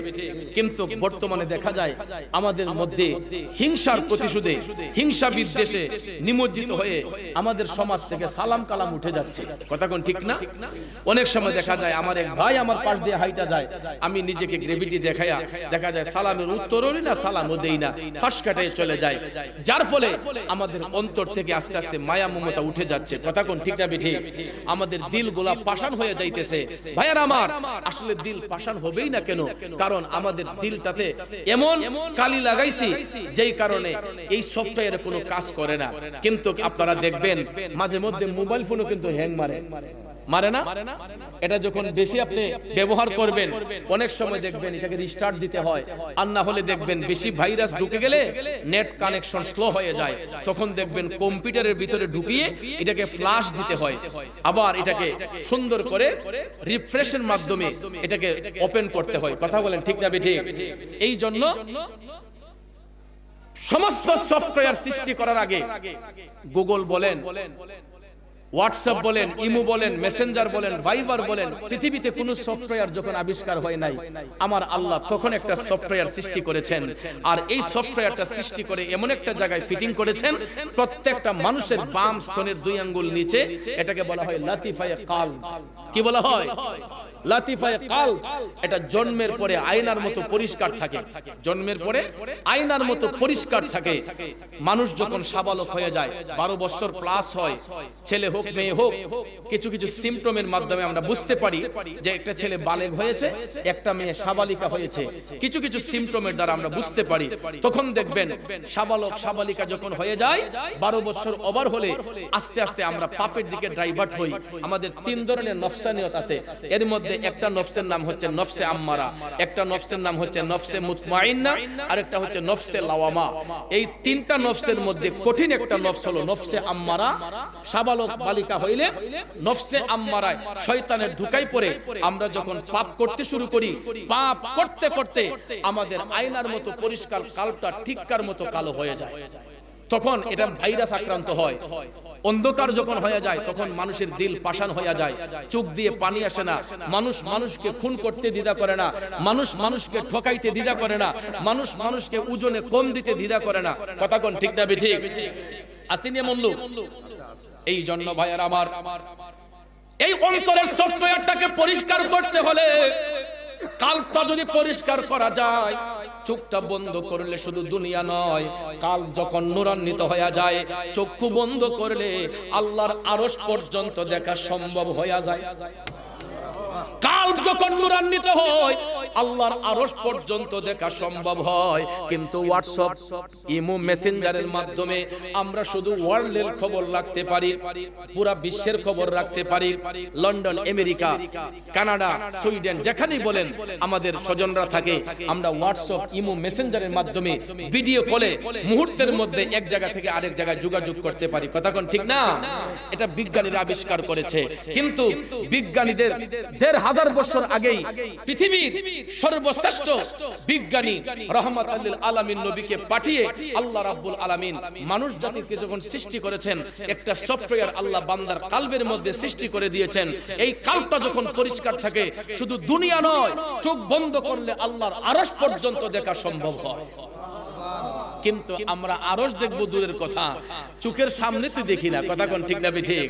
কারণ আমাদের দিল মরে গেছে, দিল অন্ধকার হয়ে গেছে। আমাদের মধ্যে আছে শুধু কর্কশতা, আছে শুধু হিংসা, বিদ্বেষ, এক ভাই আরেক ভাইয়ের সঙ্গে মারামারি, দানাহানি, মারামারি, ঝগড়া, এইগুলার মধ্যে বশীভূত হয়ে আমরা আমাদের অন্তরটাকে অন্ধকার করে ফেলছি। কথা বলেন ঠিক না ঠিক? এই জন্য আমার ভাইয়েরা, কালটাকে নূরান্বিত করতে হয়। পরস্পর মুসলমান সাক্ষাৎ হলে আগে সালাম দিতে হয়। আল্লাহর হাবিব সাল্লাল্লাহু আলাইহি ওয়াসাল্লাম ডাক দিয়া বললেন, তুমি কি আমার উসমানকে সালাম দিছো? লোকটা কয়, ইয়া রাসূলুল্লাহ, আমি তো সালাম দেই নাই। তখন রাসূল বললেন, তুমি তো আমার উসমানকে সালামই দেও নাই, তার সম্পর্কে জানবা কি? এখন তুমি আবার যাও, যাই আমার উসমানকে তুমি সালাম প্রদান করো। চতুর্থ দিন ওই ভদ্রলোক গরিব মানুষটা হাইটা হাইটা হযরতে উসমান রাদিয়াল্লাহু তাআলা আনহুর বাড়িতে যাইয়া হযরতে উসমানকে যখন দেখলো, দেখার সঙ্গে সঙ্গে সালাম দিল, আসসালামু আলাইকুম ওয়া রাহমাতুল্লাহ। সুবহানাল্লাহ। কোন হযরত উসমান সালামের জবাব দিলেন। সালামের জবাব দিয়ে হযরত উসমান বললেন, ভাই, আমি ইতিপূর্বে আর 3 দিন দেখছি আপনি আমার বাড়িতে আসছেন, কিন্তু আমি কাজের ফাঁকে আপনার সাথে কথা বলতে পারি নাই। আমি যখন আপনার তাল্লাশে যাই, গিয়ে দেখি আপনি আমার সীমানার ভিতরেই নেই। সুবহানাল্লাহ। 3 দিন আমি আপনাকে লক্ষ্য করেছি, ফলো করেছি, আপনি আমার বাড়িতে এসেছেন, কিন্তু একদিনও আপনি আমার সাথে কথা বলেন নাই। আমি যখন বলতে যাই কাজ শেষ করে, তখন কি আপনাকে পাই না। এবার বলেন আপনি কেন এসেছেন, কি জন্য এসেছেন? তখন লোকটা ডাক দিয়া কয়, আমাকে মদিনার কামলিওয়ালা নবী, দয়াল নবী আপনার কাছে পাঠিয়েছেন। আমি একজন গরিব মানুষ, চলতে পারি না, আমাকে কিছু সাহায্য দেওয়ার জন্য নবীজির কাছে গিয়েছিলাম। রাসূল বলেছেন আপনার কাছে আসার জন্য। হযরতে উসমান যখন শুনলেন দয়াল নবী লোকটারে পাঠাইছেন, টপ টপ করে চোখের পানি ছাইরা কান্না শুরু করে দিলেন। আরে দুজাহানের বাদশা নবী, মদিনার কামলিওয়ালা নবী, আমি উসমানের কাছে লোকটারে পাঠাইলেন সাহায্য দেওয়ার জন্য। আমি এখন তারে কি দিয়া খুশি করতে পারি, কি দিয়া খুশি করতে পারি, এই চিন্তা যুক্ত হয়ে তিনি ভাবতেছেন কি দেওয়া যায়, কি দেওয়া যায়। ভাবতে ভাবতে হঠাৎ করে উসমান অনেক দূরে লক্ষ্য করে দেখতেছেন একটা সরু রেখা দেখা যাচ্ছে, কিসের যেন একটা কাফেলা সামনের দিকে আগাইতেছে। তখন তিনি দৃষ্টিপাত করলেন। অনেকক্ষণ পরে তিনি বুঝলেন যে না, একটা উটের কাফেলা আসতেছে। সুবহানাল্লাহ। তবে প্রত্যেকটা উটের মালিকানা ছিল হযরতে উসমানের কাছে, সবগুলা উট হযরতে উসমানের। তখন তিনি ওই ভদ্রলোককে বললেন যে ওই যে দূরে একটা সরু রেখা দেখা যাচ্ছে, একটা কিসের কাফেলা আসতেছে, আপনি কি দেখতেছেন? লোকটা তাকায় কয়, হুজুর, এটা তো উটের কাফেলা আইতেছে। তখন হযরত উসমান বললেন যে একটা কাজ করেন, আপনি ওই কাফেলার কাছে যান, যাইয়া যেই উটটা সবচেয়ে বড়, প্রত্যেকটা উটের পিঠে মালামাল আছে, যেই উটটা সবচেয়ে বড় আপনি সেনাপতিকে বলবেন এটা আপনাকে দিয়ে দেওয়ার জন্য। আপনি এখান থেকে ওই বড় উটটা নিয়ে চলে যান। এই লোকে মনে মনে কয়, এমন কিপটা বেডা, আর এত বড় উটটা আমার দেয়া দিব। সে বিশ্বাসই করে না। কয়, হ্যাঁ দেখো উট আইসেও না হনো, তাই না এই আমার দূরে দেখাইয়া আমার লোক দেখাইতেছে, কয় জীবনে দিব এটা আমারে। এই লোকে কারোতে কার উট, সে বিশ্বাস করে না। কয় দিবে? হযরত উসমান কয়, রাখেন, আপনার বিশ্বাস হচ্ছে না, আমি বুঝতে পেরেছি। তখন একটা কাগজের মধ্যে হযরত উসমান লিখিত দিলেন, সেনাপতি বরাবর যে এই ভদ্রলোককে আমি পাঠাইলাম, যেই কাফেলার সবচেয়ে বড় উট যেটা, এটা উনাকে প্রদান করবেন। এই বলে হযরত উসমান নিচে সাইন করে দিলেন। কাগজটা তার হাতে দিয়ে বললেন, এই নেন, এই কাগজটা সেনাপতির কাছে দিলে, উটের কাফেলার নেতৃত্ব যিনি দিচ্ছেন উনার কাছে এই কাগজটা দিলে উনি আপনাকে বড় উটটা দিয়ে দিবে। ভাইয়ের আমার, সত্যি সত্যি এখন কাগজটা হাতের মধ্যে লইয়া লোকটা হাঁটতেছে আর মনে মনে ভাবতেছে তো যাক আর কিছু না হোক, একটা দলিল তো লগে আছে, কাগজটা তো লগে আছে, উসমানের লিখিত কাগজ, কই দেখি না যাইয়া। সত্যি সত্যি সত্যি হাইটা হাইটা হাইটা এই ভদ্রলোক যখন কাফেলার কাছাকাছি গেল, যাওয়ার পরে সেনাপতিকে দেখতে পাইল। সেনাপতিরে দেখার সাথে সাথে কাগজটা ধরাইয়া দিছে, কয় নেন এটা পড়েন। উটের কথা কইছে না, আগে কাগজটা দিছে ধরাইয়া, কয় দেখি না একটু পরীক্ষা করি, কাগজটা কয় নেন এটা একটু পড়েন।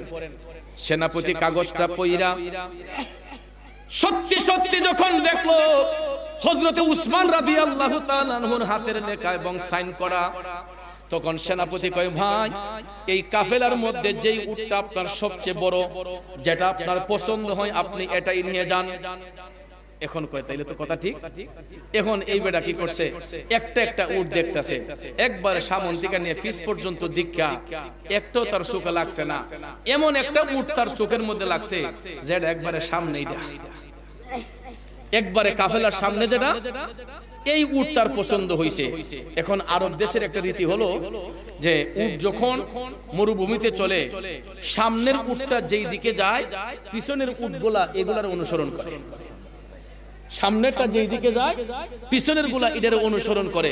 আপনারা দেখবেন অনেক সিরিয়ালের মধ্যে দেখবেন যখন মরুভূমিতে উট দেখা যায় তখন দেখবেন এইগুলা একটার পিছে আরেকটা হাঁটে, লাইন ধরে হাঁটে, কথা কোন ঠিক না?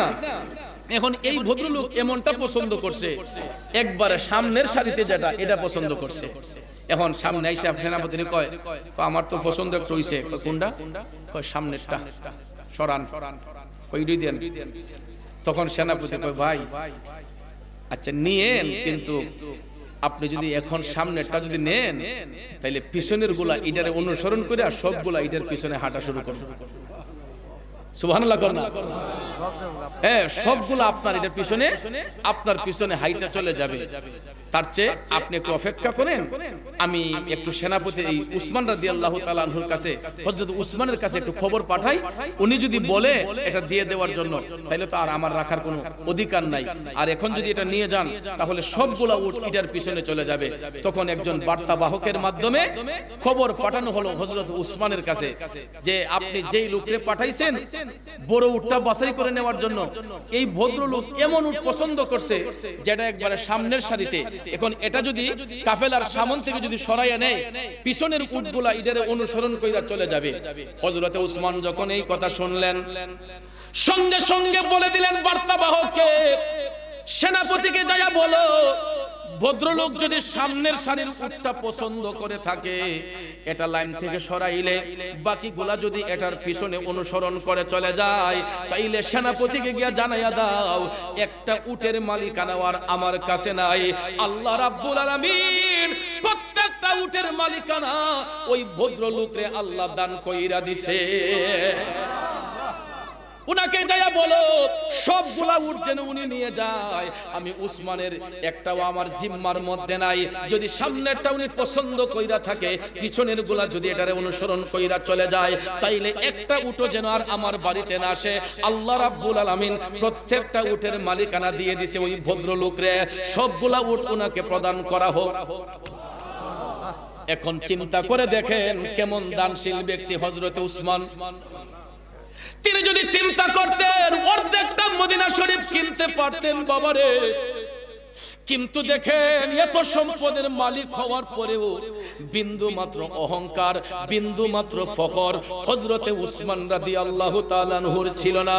কিন্তু আমাদের বেলায় দেখবেন একটু সম্পদ হলে চেষ্টা করে আরো কেমনে 3 কানি কিনা যায়, 10 কানি কিনা যায়, ব্যাংকের মধ্যে কত কোটি কোটি টাকা ব্যালেন্স করা যায়। হে ভাইরা, কার জন্য এই ব্যাংক ব্যালেন্স করবেন, কার জন্য সেভ করবেন? সন্তানাদির জন্য। একটা কথা বলুন তো, যদি খোদাই না করুক আমি চৌধুরী যদি এখানে মারা যাই, খোদাই না করুক আমি যদি এখানে মারা যাই, এই মাহফিলে বসে মারা যাই, আপনারাও কিন্তু আমার জন্য চোখের পানি ছাড়বেন ঠিক, কিন্তু মারা যাওয়ার সাথে সাথে আমার কোমরের নিচ থেকে এই কুশনটা সরানো হবে, পিঠের নিচ থেকে বালিশটা সরাইয়া আমার গায়ের চাদরটা খুলে ফেলবেন, আমার গায়ের কুটটা খুলে ফেলবেন, পাতলা একটা চাদর দিয়া আপনার ঘরের ফ্লোরের মধ্যে মধ্যে বালিশবিহীন আমার লাশটা শোয়া রাখবেন। আমার নাম্বার, বাসার নাম্বার নিয়া হবিগঞ্জে কল দিবেন যে আপনাদের চৌধুরী মারা গেছে, লাশটা এসে রিসিভ করেন। আমার স্বজনরা বলিগড় গ্রামের মধ্যে আসবে আমার লাশটা রিসিভ করার জন্য। আইসা যখন নিয়ে যাবে, আমি যে কোটি টাকা খরচ করে বাড়ি বানাইলাম, আমি যে ব্যাংকের মধ্যে টাকা সেভ করলাম, আমার ঘরের মধ্যে দামি দামি খাট পালং কিনা রাখলাম, জাজিম কিনা রাখছি, আমার লাশটা এখান থেকে হবিগঞ্জে নিয়া আর আমার বেডরুমে ঢুকানো হবে না, আমার ড্রয়িং রুমে রাখা হবে না, আমার ঘরের সামনের বারান্দায় বালিশবিহীন পাক্কার উপরে হয়তো একটা চাটি বিছায়া আমার এই ডেড বডিটাকে শোয়া রাখা হবে। পিঠের নিচে কোনো জাজিম থাকবে না, মাথার নিচে কোনো বালিশ থাকবে না, বালিশবিহীন পাক্কার উপরে আমাকে রাখা হবে। তখন দেখবেন চতুর্দিকে টেলিফোন দেওয়া হবে যে আগামীকাল এতটার সময় চৌধুরীর জানাজা হবে, সবাই চলে আসবেন। স্বজনরা খবর পাইয়া সারা দেশের মানুষগুলো আমার বাড়িতে যাবে। কয়েকজন চলে যাবে গুরুস্থানে কবর খোঁড়ার জন্য, আর কয়েকজন চলে যাবে দোকানের মধ্যে সাদা মার্কিন কাপড় কেনার জন্য। বাজান রে, এই পৃথিবীতে কত বড় বড় শিল্পপতি আছে রে, নবীনগরের কাপড় পছন্দ হয় না, ঈদের মার্কেট করার জন্য কুমিল্লা সদরের মার্কেট পছন্দ হয় না, যমুনা ফিউচার পার্কের মার্কেট পছন্দ হয় না। ভাইয়ের আমার, সিঙ্গাপুর যায়, মালয়েশিয়া যায়, বিদেশে যায় গায়ের পোশাক কেনার জন্য, পায়ের জুতা কেনার জন্য। কিন্তু দেখেন, যত বড় ক্ষমতাধর ব্যক্তি হই না কেন, যেই দিন আমি আপনি ডেড বডি হয়ে যাব, আমার আপনার গায়ের যেই দামি দামি পোশাক, এইগুলা টাইনা টাইনা খোলার পরে রং বেরঙ্গের পোশাক খুলিয়া আমাকে আপনাকে এই বাঙ্গরা বাজারের, গাজীরহাট বাজারের দোকান থেকে 3.5 টুকরো মার্কিন কাপড় ছাড়া আর কিছু আনা হবে না। গরিবের জন্য যেই দাম, শিল্পপতির জন্য সেই দাম। হয়তো কোম্পানির তারতম্য অনুসারে গজ পিছে 100 টাকা 200 টাকা এদিক সেদিক হতে পারে, আহামরি দামের কোনো ব্যবধান হবে না। কথা কোন ঠিক কিনা? একটা রাস্তার দিন মজুর মারা গেলে, কৃষক মারা গেলে, রাস্তার একটা ভিখারি যদি মারা যায়, তার গায়ের মধ্যে যেই রঙের পোশাক, শিল্পপতির গায়ের মধ্যে সেই রঙের পোশাক, ঠিক কিনা? এই পৃথিবী যেমন আছে তেমনি ঠিকই রবে, সুন্দর ওই পৃথিবী ছেড়ে একদিন চলে যেতে হবে রে মন, চলে যেতে হবে। কথা কোন ঠিক কিনা? বাবাজিরা রে, বাবা চলে যায়, মা চলে যায়, স্মৃতিগুলা রেখে যায় আমাদের জন্য। পুকুর পাড়ে গাছে নারকেল, গাছে নারকেল ধরছে, আম গাছে আম ধরছে, জাম গাছে জাম ধরছে।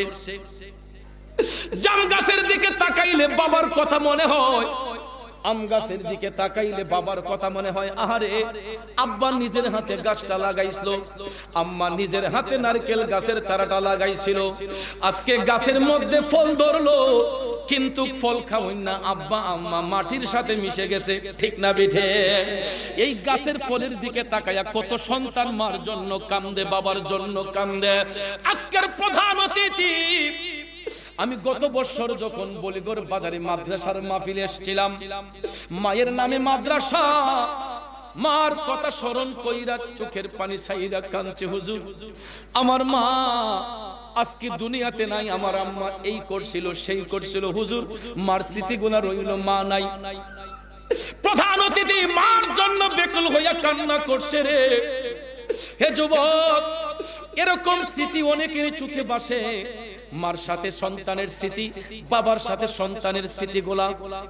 কি আদর করতো মা, কি সুহাস করতো বাবা, এই স্মৃতিগুলা চোখের মধ্যে ভাসলে কলিজাটা ছিঁড়ে আঙ্গার হয়ে যায়। কথা কোন ঠিক কিনা? যেটা বলছিলাম, এই সাদা মার্কিন কাপড় পেছাইয়া আমাকে আপনাকে একটা গাড়ির মধ্যে উঠানো হয়। এই গাড়ির পার্কিংটা কোথায় জানেননি? মসজিদের বারান্দায়। প্রত্যেকের এলাকার মসজিদের বারান্দার মধ্যে ওই গাড়িটা পার্কিং থাকে। জীবনে কত দামি ব্র্যান্ডের গাড়ি দৌড়াইলাম রে, হেলিকপ্টার দৌড়াইলাম, বিমান দৌড়াইলাম, সমুদ্র পথে জাহাজ দৌড়াইলাম, ইঞ্জিল চালিত কত গাড়ি দৌড়াইলাম, কিন্তু যেই দিন আপন দেশে যাইব এমন একটা গাড়ির মধ্যে আমাদেরকে উঠানো হইব, এই গাড়ির মধ্যে কোনো চাবি নাই, তেল লাগে না, মোবিল লাগে না। ওই গাড়িটা চালাইবার জন্য 4 জন ড্রাইভার, এরা পায়ের উপর ভর কইরা হাইটা হাইটা এই গাড়ির 4টা পা কাঁধের মধ্যে নিয়ে মৃত ব্যক্তির বাড়িতে আইনা পার্কিং করে, মসজিদের পার্কিং থেকে মৃত ব্যক্তির বাড়িতে পার্কিং, তারপরে যাত্রী উঠাইয়া, প্যাসেঞ্জার উঠাইয়া এমন একটা স্টেশনে যাই রে, এই স্টেশন ছাড়া গাড়ির আর কোনো যাওয়ার জায়গা নাই। এই স্টেশনটা হইল প্রত্যেকের এলাকার গুরুস্থান। কথা কোন ঠিক কিনা? স্টেশনটা হলো প্রত্যেকের এলাকার গুরুস্থান। এক যুবক বন্ধুরা, বাবার 3টা সন্তান কবরের পারে গেছে রে। স্বজনরা ডাক দিয়া কই, রে তোরা 3টা ভাই তোরার বাবারে কবরে শোয়া দে। তখন দেখবেন 3টা সন্তান কবরের মধ্যে নামে।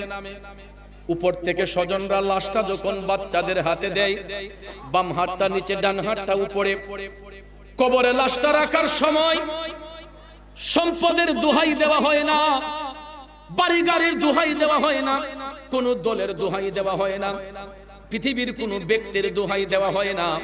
প্রত্যেকের জবান থেকে তখন বের হয় বিসমিল্লাহি ওয়া আলা মিল্লাতি রাসূলিল্লাহ। কথা কোন ঠিক কিনা? কারণ নবী ছাড়া ওই কবরে নাই রে বান্ধব নাই, নবী ছাড়া ওই কবরে নাই রে বান্ধব নাই। হাসরেতে নবী ছাড়া নাই দরদি নাই, হাসরেতে নবী ছাড়া নাই দরদি নাই, নবী ছাড়া ওই কবরে নাই রে বান্ধব নাই, নবী ছাড়া ওই কবরে নাই রে বান্ধব নাই। বান্দার জন্য রহমত আমার নবী মুহাম্মদ, দুজাহানে আর কি আছে মুদেরই সম্পদ। ঠিক না বিঠে? পায়ের আমার বন্ধুরা, আমার কবরে আমার নবীর হাওলায় রাখা হয় বিসমিল্লাহি ওয়া আলা মিল্লাতি রাসূলিল্লাহ।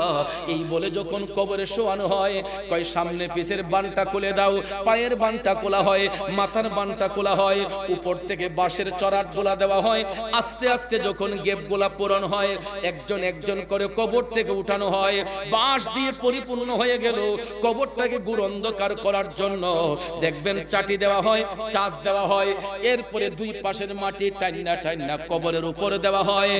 এরপরে দেখবেন কবরটা যখন পরিপূর্ণ হয়ে যায়, 40 কদম দূরে আইসা ইমাম সাহেব হুজুর কই একবার সূরা ফাতিহা পড়েন, 3 বার সূরা ইখলাস পড়েন, কিছু দুরূদ শরীফ পড়েন, ইস্তেগফার করেন।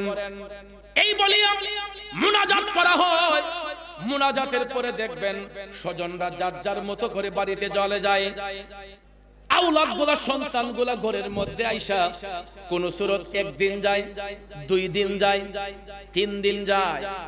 এরপরে দেখবেন ভাইয়ে ভাইয়ে ভাগ বাটোয়ারা হয়। বড় মিয়া কয় আব্বা থাকতোই ফুবের শহর জমিনটা আমারে দিয়ে গেছে। মাই জমিয়া কয় বলগর বাজারের যে বিটটা আব্বা কইছিল ফুত, এটা তোরই দিলাম। ব্যাংকের যে বাবার অ্যাকাউন্টের টাকাগুলা ছোট ছেলে কয় আব্বা কইছে কয় ফুত তুই আমার খেদমত করছ, তুই টাকাগুলা নিস। বড় মিয়া কাউন্টার দিছে, কয় না বাজারের বিট তোরে দিতাম না।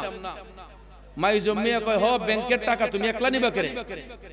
এরপরে দেখবেন 3 ভাইয়ের মধ্যে তর্কাতর্কি হয়, ভাগ বাটোয়ারা নিয়ে যখন দ্বন্দ্ব হয়, অনেক সময় ভাইয়ের কেল্লায় ভাইয়ে বাড়ি দেয়, অনেক সময় দেখবেন ভাইয়ে ভাইয়ে মার্ডার হয়, অনেক সময় দেখবেন আপন মারপেটের ভাই ভাইয়ে ভাইয়ে কেস মামলা মোকদ্দমা হয়। কথা কোন ঠিক কিনা? তাইলে সম্পদ কার জন্য রেখে গেলাম? সম্পদ কিসের জন্য রেখে গেলাম? আমি চলে গেলাম, আমার সন্তানগুলো আমার অর্জিত সম্পদ নিয়ে মারামারি কইরা কেল্লা ফাটাফাটি করলো। তাইলে বাজান চিন্তা করেন, এই সম্পদ তো আমার আপনার জন্য ভালোভাবে রইল না, সন্তানগুলো মারামারি করতেছে। তাই বলে ভাইয়ের আমার, আপনাদের পায়ে হাত রেখে বলবো, সম্পদ অর্জন করার আগে যাদের জন্য সম্পদ রেখে যাবেন ওই সন্তানগুলোকে মানুষ করতে হবে। ঠিক না বেঠে? সম্পদ অর্জন করার আগে পৃথিবীর সবচেয়ে বড় সম্পদ হচ্ছে আওলাদ, সন্তান।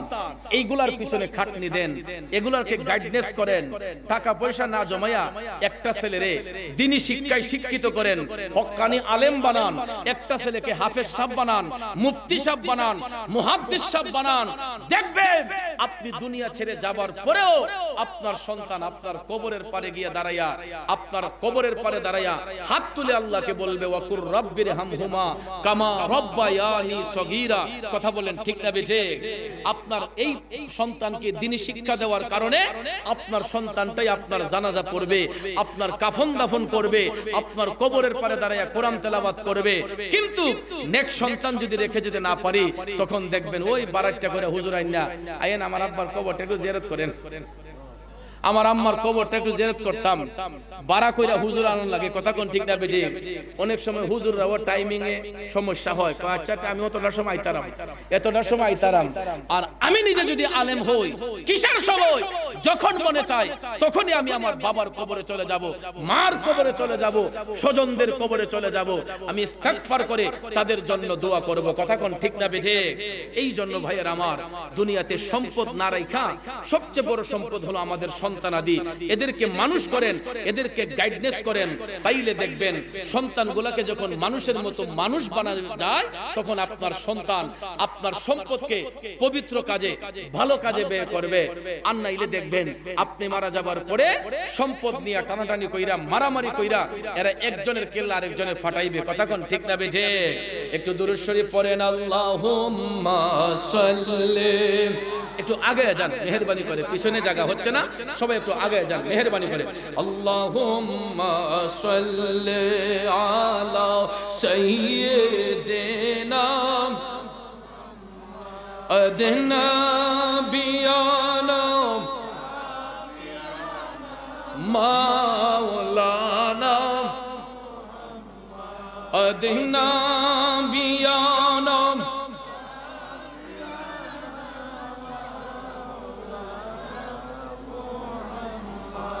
ভাইয়ের আমার, যেই কথা বলেছিলাম, আমি সর্বক্ষণ আমার মায়ে পায়ে সালাম কইরা, আমার মার পায়ে গিয়া সালাম দিয়া আমি নিজেকে প্রাউড ফিল মনে করি যে আমার মা, আমার বাবা আমাকে মাদ্রাসায় পড়ানোর কারণে আজকে এতগুলা মানুষের সাথে আমার দেখা সাক্ষাৎ হয়। কথা কোন ঠিক না বেঠিক? অথচ দেখেন আমরা 6টা ভাই বোন, একই করে আমরা সবাই কিন্তু হাই এডুকেটেড পারসন। আমরা 6 ভাই বোন সবাই মাস্টার ডিগ্রি কমপ্লিট, আলহামদুলিল্লাহ। এবং সবাই ভালো ভালো স্থানে আল্লাহর রহমতে ভালো ভালো জায়গায় অবস্থান করে আছেন। আমার ছোটটা ইংল্যান্ডে সেটেল, সেও আপনার সিএ করতে গিয়ে ওখানে সেটেল হয়ে গেছে।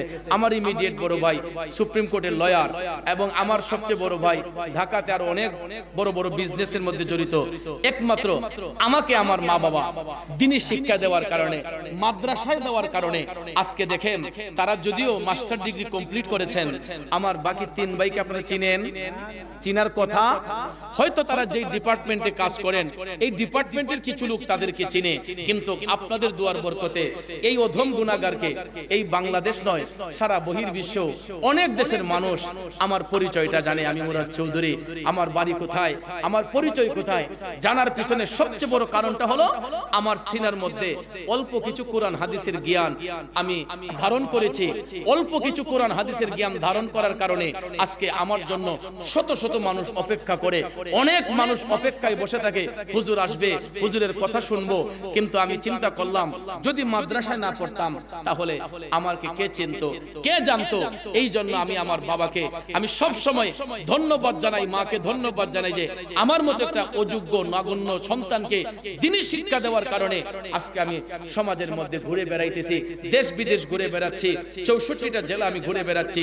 যদি আমার মা বাবা মাদ্রাসায় না দিতেন তাহলে এই সুযোগটা আমি পাইতাম না। কথা কোন ঠিক কিনা? এই জন্য ভাইয়েরা বলিগড় পূর্ব পাড়া ফুরকানিয়া মাদ্রাসায় ছাত্ররা হয়তো পড়াশোনা করতেছে, অনেকেই মনে করতে পারেন যে ফুরকানিয়া মাদ্রাসায় পড়ে আর কি হবে, কিন্তু দেখবেন এই মাদ্রাসার ছাত্র একদিন বড় প্রিন্সিপাল হবে, এই মাদ্রাসার ছাত্র একদিন 30 পারা কোরআনের হাফেজ হবে, এই মাদ্রাসার ছাত্র একদিন দেখবেন বড় মুফতি সাহেব, মুহাদ্দিস সাহেব হবে, মাদ্রাসার প্রিন্সিপাল, ভাইস প্রিন্সিপাল হবে। ঠিক কিনা? যদি গাইডনেসটা সঠিকভাবে পায়, শিক্ষাটা যদি সঠিকভাবে পায়, দেখবেন এই ফুরকানিয়া মাদ্রাসার ছাত্র একদিন সমাজের অনেক উচ্চ জায়গার মধ্যে গিয়ে আসন করে নিবে। কথা কোন ঠিক না বেঠিক? ভাইয়ার আমার, বন্ধুরা আমার, তো যেই কথাটা আমি বলেছিলাম, সম্পদ আল্লাহর দেওয়া আমানত, সম্পদ আল্লাহর পথে ব্যয় করবেন, সন্তানগুলোকে মানুষ করবেন, আর এমন সম্পদ অর্জন করব না যেই সম্পদের কারণে আমাদের অহংকার রিয়া বেড়ে যায়। যেমন আমাদের আজকের প্রধান অতিথি, আমি ওনাকে নিয়ে গর্ব করি। এলাকার মানুষ যার জন্য পাগল, যে এত সম্পদশালী হওয়ার পরও উনার মধ্যে যে শিক্ষার যে গুণগত মান, আজকে তিনি উচ্চ শিক্ষা নেওয়ার কারণে উনাকে আল্লাহ পাক সম্পদশালী বানিয়েছেন, আর ওই সম্পদটাকে তিনি আল্লাহর পথে ব্যয় করেন। আমি দেখেছি অনেক শিক্ষা প্রতিষ্ঠানে মানুষ গড়ার কারিগরদেরকে মানুষ হওয়ার জন্য তিনি যেই সহযোগিতা করেন, মসজিদ, মাদ্রাসা, এতিমখানা, বিভিন্ন শিক্ষা প্রতিষ্ঠানে সেবামূলক কাজে, সামাজিক কাজে এই যে অর্থ ব্যয় করছেন, এটার দ্বারা থেকে ওনার সম্মান বাড়বে না কমবে? বাড়বে না কমবে? আল্লাহ বাড়াইতেছে। কথা কোন ঠিক না বেঠিক? আল্লাহ বাড়াইতেছে। এই জন্য ভাইয়ের আমার, আল্লাহ রাসূল বলেছেন আল্লাহর পথে দান করলে বিপদ মুক্ত হওয়া যায়। আল্লাহর পথে দান করলে বিপদ আপদ দূর হয়, বিপদ মুক্ত হয়। যেমন বাদশা সুলাইমান নবীর নাম শুনছেন আপনারা? সুলাইমান নবী, উনার আল্লাহ এমন মুজিজা দিলেন, উনি পাখির সঙ্গে কথা বলতেন, পাখির ভাষা বুঝতেন, পাখি উনার সঙ্গে কথা বলতো, পাখির ভাষা বুঝতেন। কষ্ট হইতেছে আপনাদের? বাদশা সুলাইমান নবীর জামানায় এক ভদ্রলোকের বাড়ির কাছে গাছের মধ্যে পাখি আইসা বাসা বাঁধছে। ভদ্রলোকের বাড়ির কাছে পাখি গাছে বাসা বাঁধছে। তো আমাদের এলাকায় তো আমাদের বাড়ির গাছে অনেক সময় পাখির বাসা হয় না? তে পাখি ডিম দিছে বাচ্চা ফুটানোর জন্য, বাসার মধ্যে পাখি ডিম দিছে বাচ্চা ফুটানোর জন্য। তো হঠাৎ করে দেখা যায় ওই বাড়িওয়ালা গাছের মালিকানা দাবি কইরা পাখির বাসা থেকে ডিম গুলাই না প্রতিদিন খাইয়া ফেলে। এখন পাখি তো বাচ্চা দিতে পারে না। পাখি উড়ে সুলাইমান নবীর কাছে গেল। ও বাদশা সুলাইমান, আপনার এলাকার মধ্যে আমি এক বাড়িওয়ালার গাছের মধ্যে বাসা বাইন্দা ডিম দিয়েছি বাচ্চা ফুটানোর জন্য, কিন্তু গাছের মালিকানা দাবি করে বাড়িওয়ালা প্রতিদিন আমার বাসা থেকে ডিমগুলা নিয়ে খেয়ে ফেলে, প্রতিদিন বাসা থেকে ডিমগুলা নিয়ে খেয়ে ফেলে, যার কারণে আমি বাচ্চা দিতে পারি না। সুলাইমান নবী কয়, পাখি তোমার মনে অনেক কষ্ট? কয়, জি, আমি বাচ্চা দিতে পারি না, প্রতিদিন ডিম দেই, বাড়িওয়ালা নিয়ে আমার বাসা থেকে ডিমগুলা খাইয়া ফেলে। ভাইয়ের আমার, সুলাইমান নবী তখন বললেন, পাখি তুমি টেনশন করো না, আমি বাড়িওয়ালাকে ডাইকা বলে দেব, সে যেন আর কোনোদিন তোমার বাসা থেকে ডিমগুলা নিয়ে না খায়। তখন পাখি একটা বুঝ পাইছে, কয় ঠিক আছে, আপনি বাড়িওয়ালারে বইলা দিয়েন আর যেন বাসা থেকে ডিম না নিয়ে খায়। সঙ্গে সঙ্গে পাখি চলে গেল। সুলাইমান নবী ওই বাড়িওয়ালাকে ডাকলেন, ডাইকা বললেন, বাড়িওয়ালা, তোমার গাছের মধ্যে পাখি বাসা দিয়া ডিম দেয় বাচ্চা ফুটানোর জন্য, তুমি গাছের মালিকানা দাবি করে বাসা থেকে ডিমগুলা নিয়ে খেয়ে ফেলো, আর কোনোদিন এই রকম কাজ করবা না, এটা ভালো না। পাখির বাসার ডিমগুলাই না খাও, কেন পাখির তো অনেক কষ্ট, তোমাকে নিষেধ করলাম, আর কোনোদিন তুমি পাখির বাসা থেকে ডিম আইনা খাইবা না। তখন বাড়িওয়ালা বলছে, হুজুর ঠিক আছে, আপনি যদি বলছেন আমি আর কোনোদিন পাখির বাসা থেকে ডিম আইনা খাইতাম না। এই কথা বইলা বাড়িওয়ালা চলে গেছে বাড়িতে। তো পাখি তো নিশ্চিত যে আমার বাসার ডিম আর খাবে না, পাখি বাসার মধ্যে আবার ডিম দিছে। বাড়িওয়ালা ঘর থেকে বের হইছে, তার নজর গেছে গাছের আগায়, কারণ তার তো এটা খাইয়া অভ্যাস। কথা কোন ঠিক না? এখন সে ভাবছে সুলাইমান নবী তার দেখতো না, তো আজকে দেখি ডিম আছে, আইনা খেয়ে লাই। পরে আবার টপ টপ টপ টপ করে বাইয়া গাছে উঠছে, উঠটা দেখে যে পাখির বাসার মধ্যে ঠিকই ডিম আছে। যাক, সুলাইমান নবী যখন দেখতো না আজকে ডিম গুলা খাইয়া ফেলি, সে কি করছে, পাখির বাসা থেকে ডিম আইনা আবার সুন্দর করে খাইয়া লইছে। পাখি উড়ে বাসায় আসলো, পাখি আইসা দেখে বাসার মধ্যে ডিম নাই। পাখির ব্যথা বাড়ছে না কমছে, একটা ডানা মেলে উড়াল দিয়া পাখি চলে আসলো বাদশা সুলাইমানের কাছে। ও বাদশা সুলাইমান, আপনি কেমন বিচার করলেন? আজকে তো বাড়িওয়ালা আমার বাসা থেকে ডিমগুলা খেয়ে ফেলছে, তখন সুলাইমান নবী একটু রাগান্বিত হয়ে গেলেন যে তার এত বড় সাহস, আমি এলাকার বাদশা, আমি নিষেধ করার পরেও সে পাখির বাসা থেকে ডিম গোলা খাইলো, তার একটা শাস্তি দেওয়ানি লাগবে। তখন সুলাইমান নবী পাখিরে বললেন, তুমি একটু অপেক্ষা করো, আমি এটার ব্যবস্থা করতেছি। সঙ্গে সঙ্গে সুলাইমান নবী একটা জিনরে ডাক দিলেন। জিন ডাক দেওয়ার সঙ্গে সঙ্গে জিন আইসা হাজির। জিন আয়া কয়, হুজুর ডাকছেন কেন? সুলাইমান নবী কয়, আজকে তোমার একটা কাজ করে দেওয়ান লাগবে।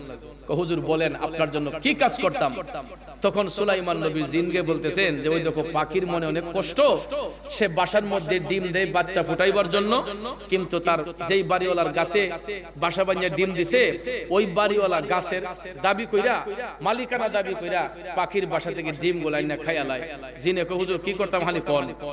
তখন সুলাইমান নবী কয়, কাম বেশি না, ওই আজকা যদি এই বাড়িওয়ালা গাছে উঠে, তুমি গাছের উপর উঠে বইয়া থাকবা, হে গাছে উঠলই তার আসার দিয়ে কোমরটা ভেঙে দিবা, যাতে আর কোনোদিন হে গাছ বাইতে না পারে। অন জিনে তইতা ছায়ার পায়, ঠিক না? জিন কইতাছে, হুজুর ঠিক আছে, আপনি চিন্তা করেন না, এটা আমি দেখাম। কয়, আপনি আদেশ দিয়েছেন তো? কয়, হ্যাঁ, তুমি তারে গাছের থেকে ডেক্কা দিয়ে ফেলাই দিবা, যাতে আর কোনোদিন হে গাছ বাইয়া উপরে উঠতে না পারে। জিন তো আদেশ পাইয়া জিন খুশি, কয় আচ্ছা আমি এটা দেখাম। অন পাখিও খুশি হয়ে গেছে, পাখিও মনে মনে কয় আজকে উঠছো, পাখিও মনে মনে কয় আজকে উঠছো, আজকে দেখাইব। সত্যি সত্যি পাখি বুক ভরা আশা নিয়ে বাসার মধ্যে গিয়ে ডিম দিছে। জিন গাছের আগায় উঠে বসা, বাড়িওয়ালা তো এগুলা জানে না। এই কাহিনী যে হয়েছে বাড়িওয়ালা কি জানে? বাড়িওয়ালার কাছে তো এই খবর নাই। পরামর্শ হয়েছে তিনজনের ভিতরে, এটা তো আর কেউ জানার কথা নয়। জিন গাছের আগায় উঠে বসা, পাখি বাসার মধ্যে ডিম দিয়েছে। এবার বাড়িওয়ালা বাসা থেকে ডিম আনবে, ঘর থেকে বের হইয়া যখন গাছের গোড়ায় গিয়া পাড়া দিছে, এমন সময় দেখা যায় তার দরজার সামনে একজন ভিক্ষুক আইসা ভিক্ষার জন্য হাত দিছে, আমাকে কিছু ভিক্ষা দেন।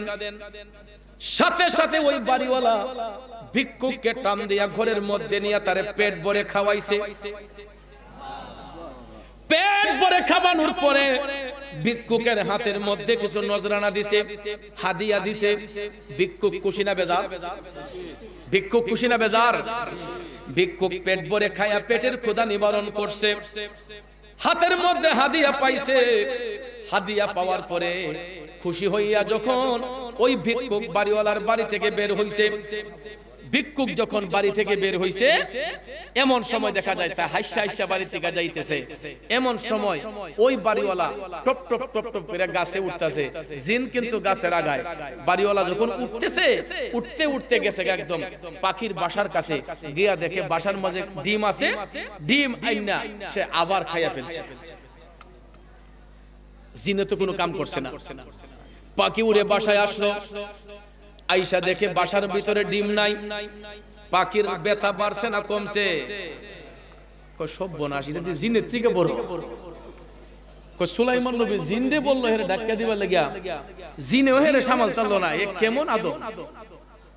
তখন এই লোক কি করছে, এই পাখি কি করছে, আবার উড়াল দিয়া সুলাইমান নবীর কাছে গেছে। বাদশা সুলাইমান, সুলাইমান নবী কয়, কিতা তুমি আবার আসলা? কাজ গত খাইয়ে লিছে। কয় জিনে ডেক্কা দিছে না? কয় না, আপনি জিনে কোনো কামই করছে না, সে তো ডিম আইনা খাইয়া সাইজ করে লিছে। সুলাইমান নবী রাগান্বিত হইয়া জিনে ডাক দিলেন। জিন ডাক হইনই জিনে হাজির। হুজুর, সুলাইমান নবী কয়, তোমারে বললাম কি করলা কি? তোমার না বলছিলাম যে ওই বাড়িওয়ালার আসার দিয়ে ফেলে এর কোমরটা ভেঙে দিতা। জিন ডাক দিয়া কই, হুজুর